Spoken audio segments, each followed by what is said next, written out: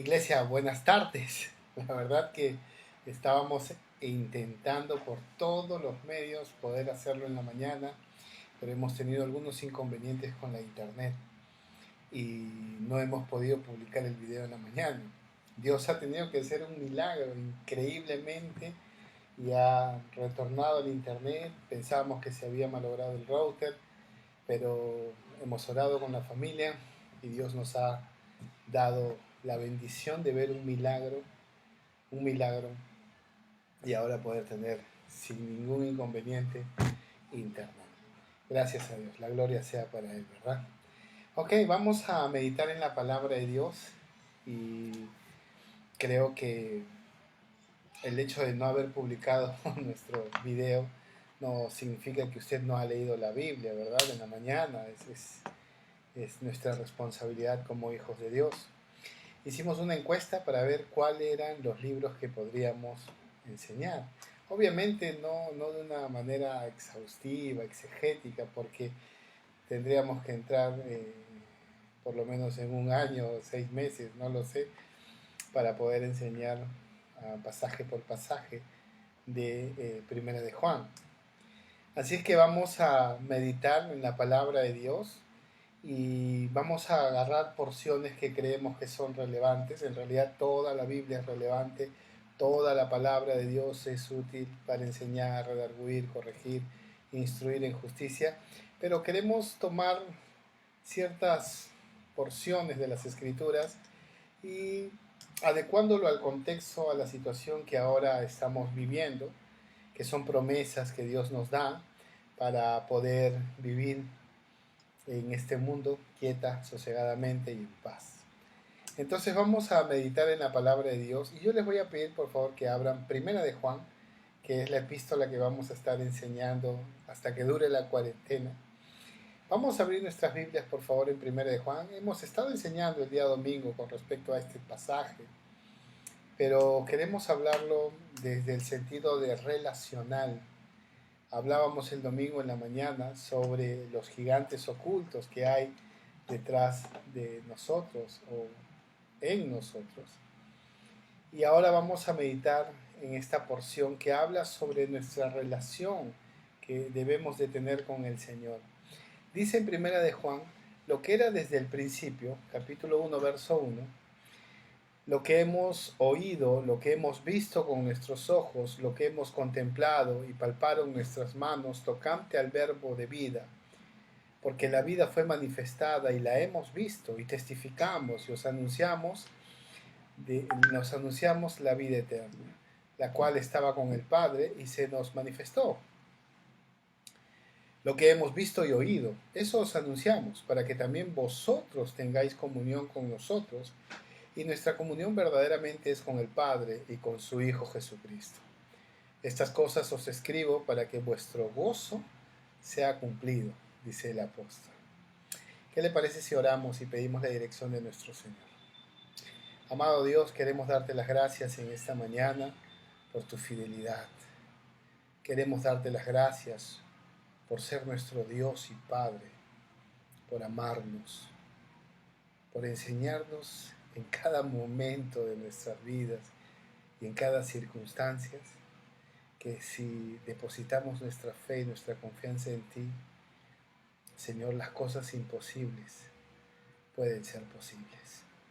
Señor, gracias porque aún en cuarentena sigues enseñándonos, sigues mostrando tu poder, sigues manifestándose como aquel Dios que ni los cielos de los cielos lo pueden contener, como aquel Dios que en el hueco de sus manos tiene los océanos y aquí cada una de las estrellas, las millones y millones de estrellas y galaxias, las llamas por su nombre. Ese es usted, Señor. Gracias por tener el privilegio, sin caer en el orgullo, obviamente, de ser hijos tuyos, Señor. Gracias por haber enviado a Jesucristo a morir en la cruz del Calvario para que a través de su muerte el mundo tenga esperanza y vida eterna. Gracias. Gracias por las circunstancias que ahora estamos viviendo, pues esto nos enseña, Señor, a vivir y a depender de ti.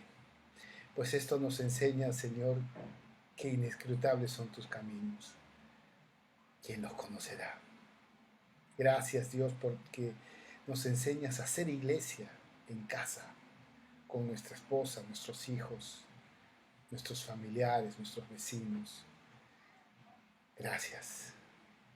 Gracias por esta situación que vivimos. Pero también queremos orar, Padre, de manera muy, muy enfática y con mucho amor por nuestro presidente, que usted le dé sabiduría, por nuestros consejos de ministros, que usted le dé mucha sabiduría en las decisiones que tomen individualmente y como equipo. También queremos orar por nuestras autoridades, nuestros policías, nuestras obstetras, los médicos, enfermeros, enfermeras, por todos aquellos que están allí, Señor, poniendo frente a esta batalla. Gracias. Gracias, Dios. También oramos por Italia, por España y ahora por Estados Unidos. Dios, frena esta maldad. Frena esta situación que vivimos, según sea tu voluntad. Señor, y enséñanos como iglesia cuál es el rumbo que necesitamos tomar, hacia dónde estás dirigiéndonos. Te doy gracias por todo, Señor. En el nombre de Jesús. Amén. Amén, iglesia. La palabra de Dios nos enseña muy claramente, o el apóstol Juan nos enseña muy claramente, que necesitamos defender siempre la verdad. La verdad nos hace libres, la verdad ilumina nuestro camino. Esto quiere decir que nos da sabiduría en las decisiones, nos da prudencia en nuestro caminar y sobre todo limpia nuestro corazón, que es donde emana la vida. La vida empieza en nuestro corazón. Ahora, el apóstol Juan va a enseñar a la iglesia lo que estaba sucediendo dentro de la iglesia. Era un grupo de personas que se hacían llamar gnósticos, que obviamente tenían un concepto de quién era Dios y un concepto de quién era Jesús, pero no estaban creyendo obviamente en el poder de la encarnación. Ellos estaban defendiendo su postura gnóstica, los cuales decían, en una manera de resumir para no entrar en detalles, que era imposible que Jesús haya venido en la carne. No creían en la encarnación de Cristo, ellos creían que sí, Jesús había venido, pero de una manera espiritual, porque la carne era un conductor hacia el mal. ¿Cómo puede Dios encarnarse? Y es lo que muchas veces hemos escuchado hablar de algunos que enseñan doctrinas equivocadas, ¿no? Por ejemplo, los musulmanes, judíos, ellos creen que Jesús no se encarnó, porque la carne es un conductor del mal. ¿Cómo Dios puede tener un hijo? Me dijo una vez un practicante islámico. Dios no puede tener hijos.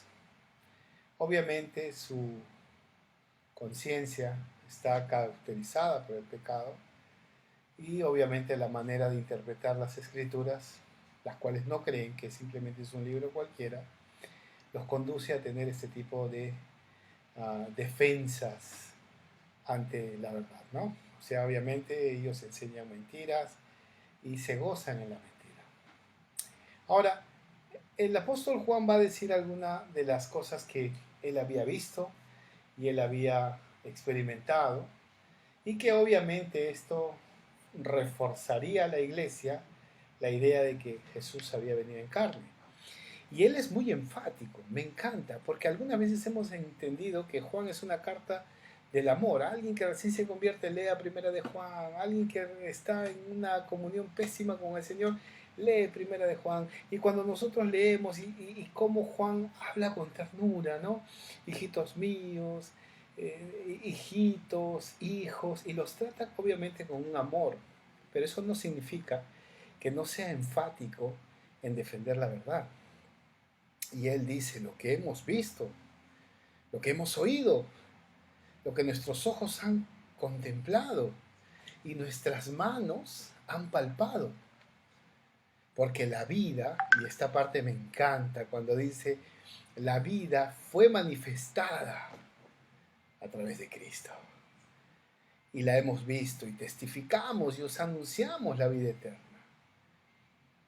Y nuevamente en el verso 3 dice lo que hemos visto y lo que hemos oído. O sea, en otras palabras, estaba tratando de desarmar ese argumento que se había infiltrado en la iglesia de que Jesús no había venido en la carne, que Él había venido de una manera espiritual. Ahora, yo sé que muchos de nosotros nos preguntaremos, como también yo, ¿qué hubiese pasado si Jesús no hubiese venido en la carne? ¿Qué hubiese pasado si en realidad Jesús hubiese venido de una manera espiritual y no de una manera física, carnal?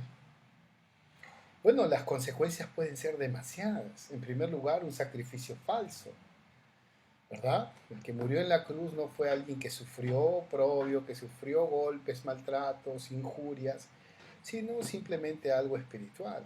Y lo espiritual obviamente no se puede ver, no se puede tocar. Y al ser un sacrificio falso, entonces tendríamos una salvación falsa. ¿Qué hubiese pasado si Jesús en realidad no hubiese venido en la carne?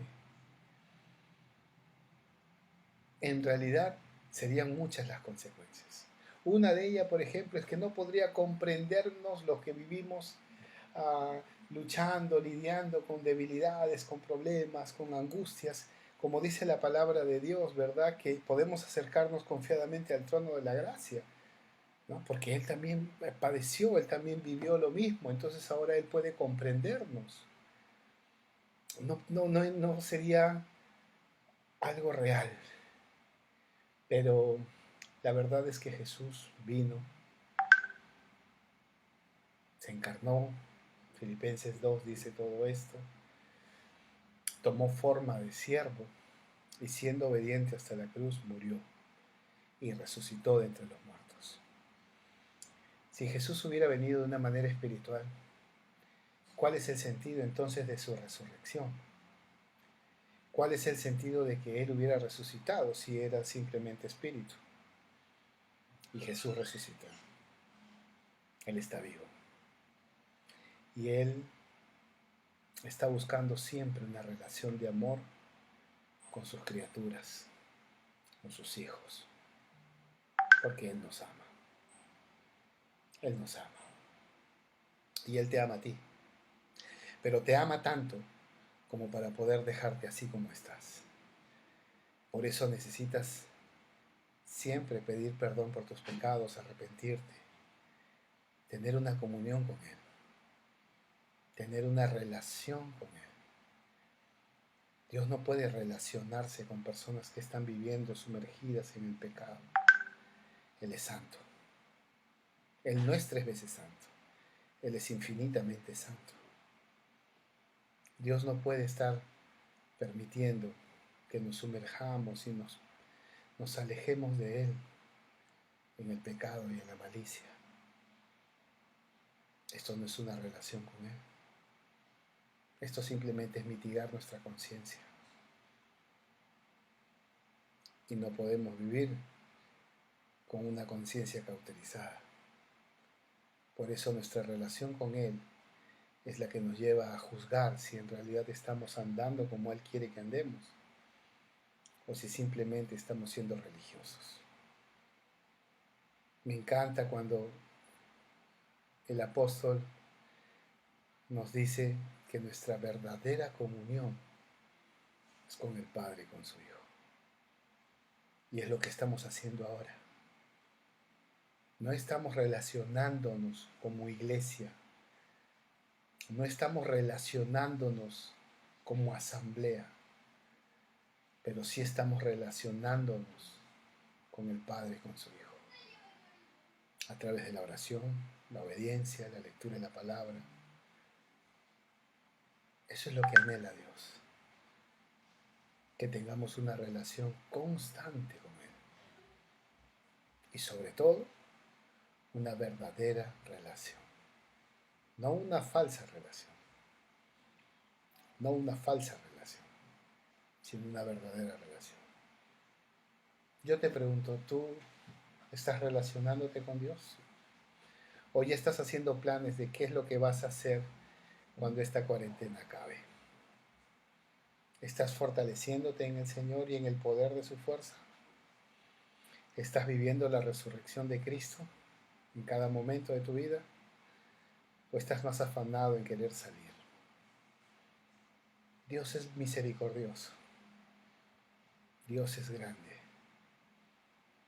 Y Dios tiene todo el derecho de mover las circunstancias, algunas veces quitándonos cosas o dándonos cosas para poder relacionarnos con Él. Recuerda, nuestra verdadera relación es con el Cristo crucificado, sepultado y resucitado. No con un Cristo que sigue muerto, porque Él no está muerto, Él está vivo. No con un Cristo religioso de cada domingo, sino con un Cristo vivo, que en este momento está hablándote a través de su palabra y te dice, ánimo, adelante, yo estoy contigo, todos los días hasta el fin del mundo. Pero tú estás con Él, ¿estás con Él? Esa pregunta tendrás que responderla. Que Dios te bendiga, iglesia, amigos, amigas, y recuerda, Dios te ama mucho más de lo que tú puedes pensar o comprender. Bendición.